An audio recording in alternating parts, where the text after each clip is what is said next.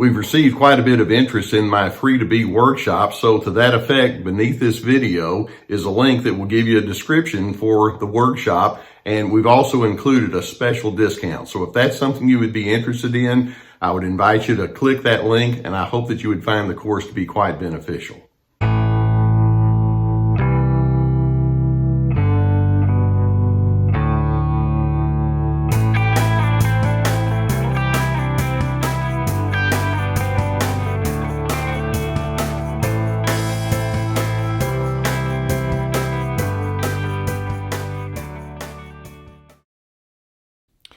It comes as no surprise when we look at us being human beings that as long as we've been human, we've also had conflict with one another. It goes all the way back millenniums through the time that all humans have been here on Earth. The bottom line is variety is built into our experience here with one another.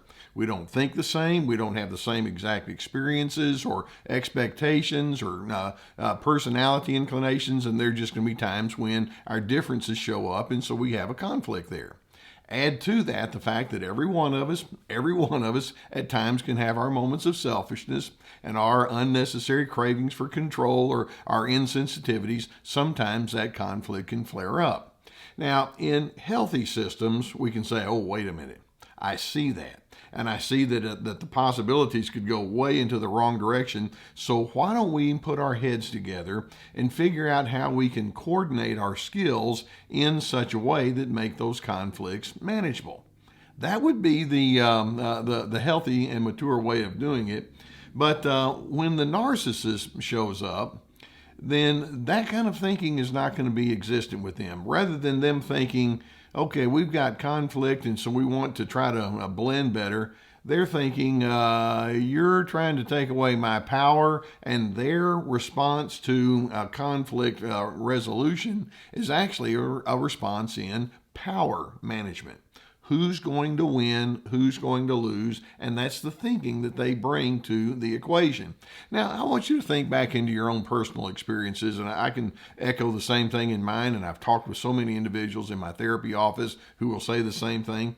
Every one of us has had some sort of relationship, usually multiple relationships, where you think, okay, if I say the wrong thing with this particular person, I'm going to get in trouble. I'm going to hear from them. It's not going to go well. There have been times in your own personal life where you've received harsher than necessary reactions or responses to some of the initiatives that you've taken. Sometimes you've even felt dehumanized, like that person in front of you just doesn't care about who you are as a person. Sometimes you felt very unheard, and there are times when you've then suppressed a lot of your anger, and that suppressed anger can turn into all sorts of other issues like anxiety and worry and the propensity toward you exploding, etc.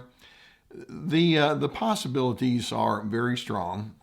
And one of the things that we're going to say when we take a look at the healthy person versus the unhealthy person, the unhealthy person, the narcissistic individual, is going to take those moments of conflict and turn it into a victim game. You're doing me wrong, aren't you? And look at how you're making my life go miserable. And so they step into the victim game to the extent that they cannot pull out of it. And you or I have had our moments where we too have been victimized, and yet we don't have to step into the victim game in the same way they do. Now, what I'd like to do is I'd like to walk you through a progression of how this can play out in your life and mine with the narcissist. And I want to show you how the narcissist will get into that victim role, and they'll learn how to play both sides of the victim game and just make relationships go from bad to worse. Here's how it works. Now, let's suppose that looking back in your own personal life, that you've had conflicts that come up between you and some person who wants to be an authority. And so that authority person is going to flex their muscles, and they're going to remind you there's a pecking order around here, and you're not at the top of that pecking order. And so how many times have you been in a relationship where that kind of message has been conveyed? Then, as you progress with that individual, you're reminded, you're someone who makes poor judgments. You're someone who does things that I don't like, and so you should be shamed.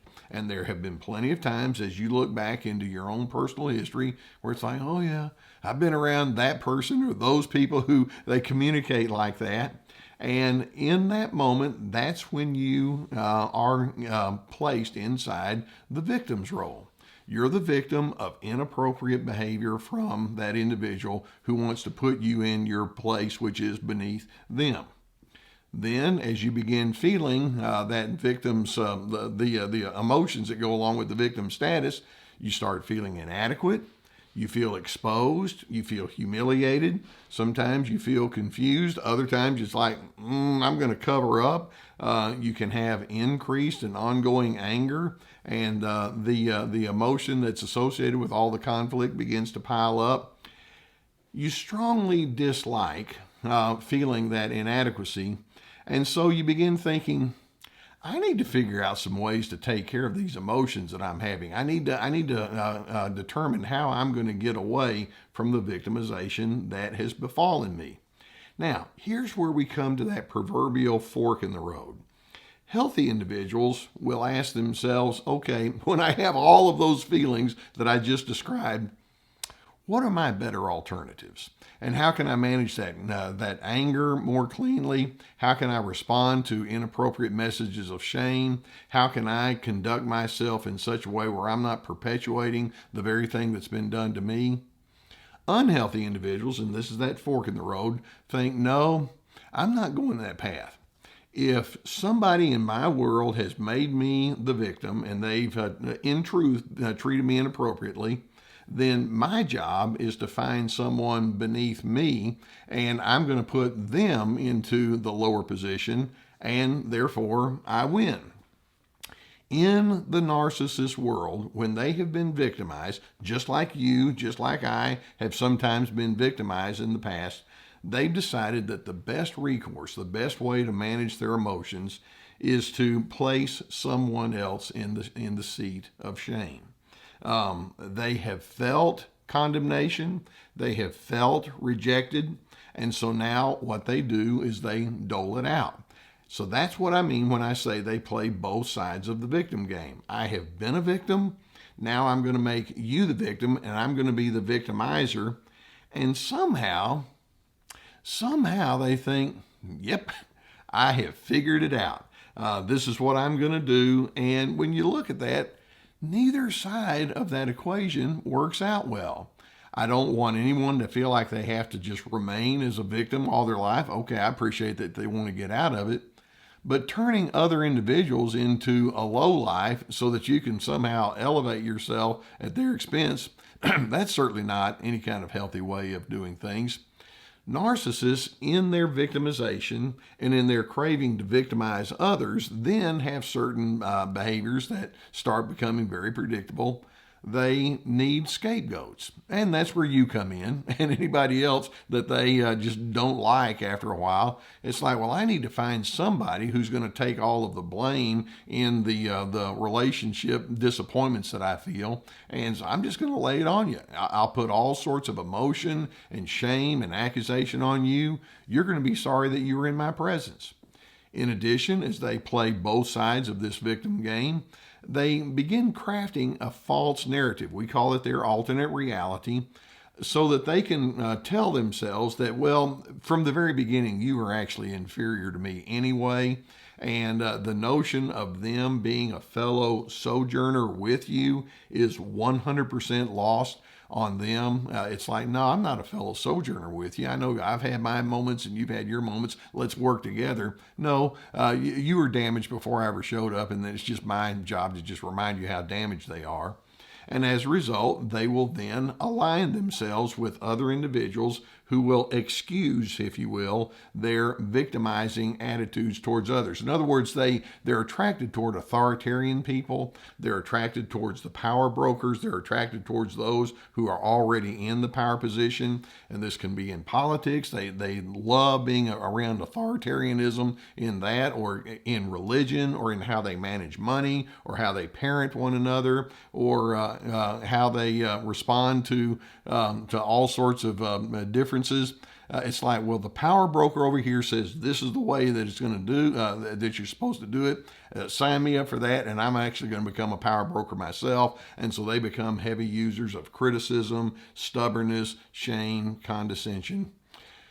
That's what I mean when I say they play both sides. So when you have somebody who feels the need to victimize you and keep you in that down position, it's a virtual 100% guarantee that they themselves have been on the receiving end of that in their formative years, and now they're so deeply inside that game that they can't pull themselves out. Now, I think you'll join me in acknowledging I don't like being in the victim role. I don't like people treating me as if I'm a lowlife or a no good or a terrible, awful, miserable human being. But why in the world would I take the experience that I don't like and then turn around and give it to someone else? That makes no sense. Instead of being a vengeful person after I've been victimized, what if I were to decide I want to be one of the people that learns how to tune in? Instead of exploiting individuals and using, what if I were to decide, well, I'd like to assist other individuals and we can create a team spirit? Instead of being demeaning toward other individuals, I can find ways to show encouragement to others. Or instead of being dominant, I can find ways to figure out how can you and I treat each other as one equal to another. Narcissists, if you were to give that kind of a equation to them or that kind of challenge to them, they'd think, nah, I don't do that. Once they have entered into the victim game, they are the victim, then they become the victimizer. It's like, well, I've determined that the only way I can find power is to diminish people. And it's completely irrational, and it's something that will not bode well in their ongoing relationships. Nonetheless, that's where they are. Let's you and me decide that we're going to find ultimate power when we learn the power of love and decency, building significance. And then I hope you can join me as we say, I find no pleasure in victimizing someone else as a way of overcoming my own victimization. That makes no sense. We stand for dignity, respect, and civility. Let's make that our mantra here and keep it that way on Team Healthy. Now, I hope that videos such as this can give you some good food for thought and some things to think about. If you've not already hit the subscribe button, I would encourage you to do so, and we're going to keep more videos coming towards you. I know that some of you, as you have gone through things like this, can think, I could use somebody that can help me out. I've been sponsored for years by the people at BetterHelp.com. It's an online therapy resource. It's very effective, and it can be so helpful for you to have somebody that can work with you, and they can be very accessible and available with that arm around the shoulder saying, I want to help you find insights and initiatives that will make your life better. As the need is there, please go through the link that we have provided below this video and get the help that you need. Also, I have my videos, my video classes, and the classes is like signing up for an online course. It's very extensive.